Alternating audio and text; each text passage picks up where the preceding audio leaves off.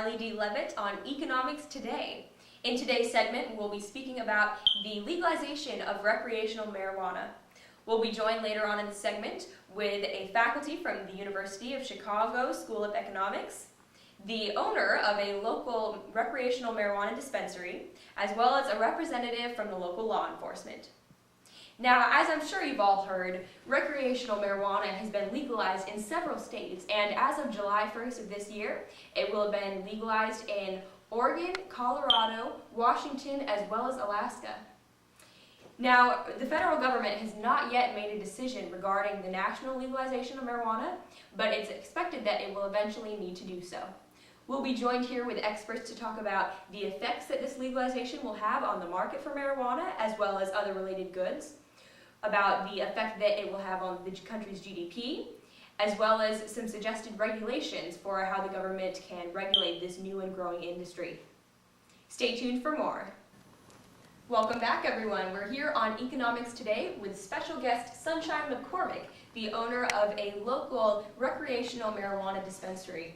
Hello, Sunshine, and Hello. welcome to the show. Thank you. So I'd like to ask you a few questions about what would happen if recreational marijuana were to be legalized nationwide. So first of all, what would the market for that look like?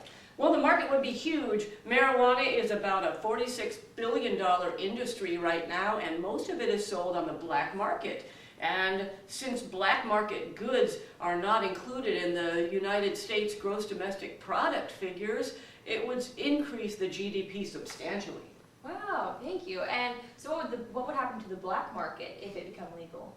Well, the black market, which currently is basically high school corridors, street corners, under the table parking lots and that sort of thing, and internet sales, that would all go away because there would be legal sales that would take place under the government jurisdiction, and so the black market would be greatly reduced, if not disappeared. Wow, thank you. All right, and the final question, what regulations would you suggest the government takes? Well, not many. Right now there are probably about, it's estimated, maybe 7.6 million regular marijuana users and about 23 million part-time marijuana users, and if there were excess regulations, a lot of those people would stay on the black market. So I think it's very important that there is very little regulation by the government. Wow, there you have it. Thank you so much, Sunshine. It was a pleasure speaking with you. Welcome back. This is Economics Today, and we're here with another special guest. This is Al James from the local police department. Welcome, Al. So I'd like to ask you a few questions about the legalization of recreational marijuana.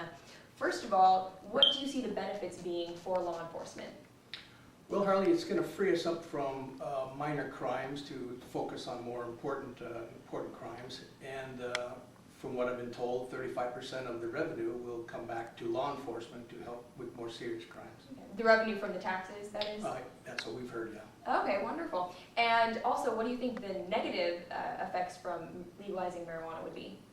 Well, it might be a little harder to, there's no such thing as a breathalyzer as of yet. It makes it a little more difficult for us to determine who's under the influence and who's not. Okay. So are there any other downsides of legalizing marijuana? Well, we may have to do more protecting of dispensaries since it's going to be housed in buildings. And we're just not quite sure if the social benefit is going to outweigh the legalization aspects. Okay, thank you so much. Thanks for watching Economics Today.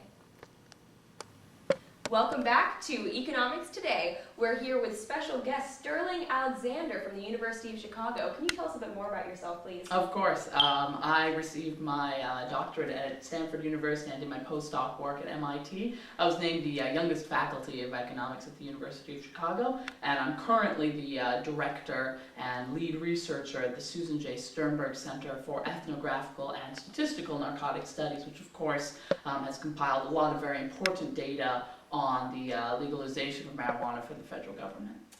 Wow, thank you so much. We're so happy to have you here on the show. It's an honor to be here. So I'd like to ask you a few questions about the legalization of recreational marijuana. First of all, what would the market for recreational marijuana look like? That's a great question, Harley.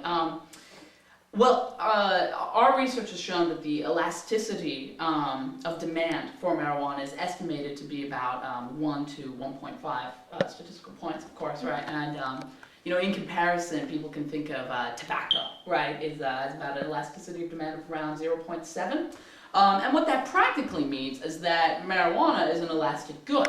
So the total marijuana consumption is, of course, very much responsive to price increases. And that's basically kind of what we're looking at when we study marijuana as an economic good in the United States. Interesting, thank you. And what would the effects of the legalization of recreational marijuana be on other industries that are sort of similar? Well, again, I'm going to use alcohol as an example, particularly because the alcohol industry has a pretty concerted lobbying effort in Washington, D.C., and they are affected by this thing that we economists call the substitution effect, which means that small amounts of marijuana are much more effective, right, as a drug. They are much more effective than an equal amount of alcohol. For those that, like a practical example, 1 gram of marijuana is going to give you a physiological effect that's much stronger than an equal amount of alcohol. So if marijuana is legalized on a nationwide level, many consumers, we believe, are going to start using marijuana instead of alcohol, particularly because the physiological effects can be similar. And this would, of course, decrease the overall revenue going into alcohol as a whole. So this would be, I think, the most significant effect on other industries in the United States. Oh, thank you. That's very interesting.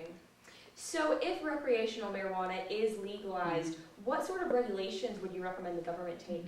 Well, that's the $1,000,000 question here, isn't it, Harley? Basically, my research has shown through the center, the Susan J. Sternberg Center, is that the government really should regulate the quantity of marijuana. If we're going to legalize this, on a nationwide basis, we need to regulate the quantity of marijuana to what we call a socially optimal level. And what is that? Well, that means the revenues gained from the taxation of marijuana is equal to the harm inflicted as a societal whole. Now that sounds a little bit dramatic, of course, but what we're talking about here is that we're hypothesizing that there are going to be certain social costs that will increase as a result of the legalization of what is admittedly a drug. So the government should impose a tax that compensates for example, the healthcare burden that will be imposed by the legalization of marijuana on society. Thank you for that. And so if recreational marijuana is legalized, could you see it being open to international trade by any chance? And what would that look like? What would happen if that happened? I think that's a really important question that's not being asked enough in this debate over the legalization of marijuana. There's definitely a certain misconception, I think, that the legalization of marijuana will continue to be kind of a small, homegrown, activist activity. Right. But we're going to see, look at it, economists at the largest academic institutions in the United States are studying this quite intensely now, which means that we have a capitalist system in this country, of course, and we're going to see business interests moving into this. And a big thing that business interests are going to look at when they're trying to maximize the profits out of marijuana is that they're going to want to look abroad, right? Cheaper sources of marijuana can be found in abroad.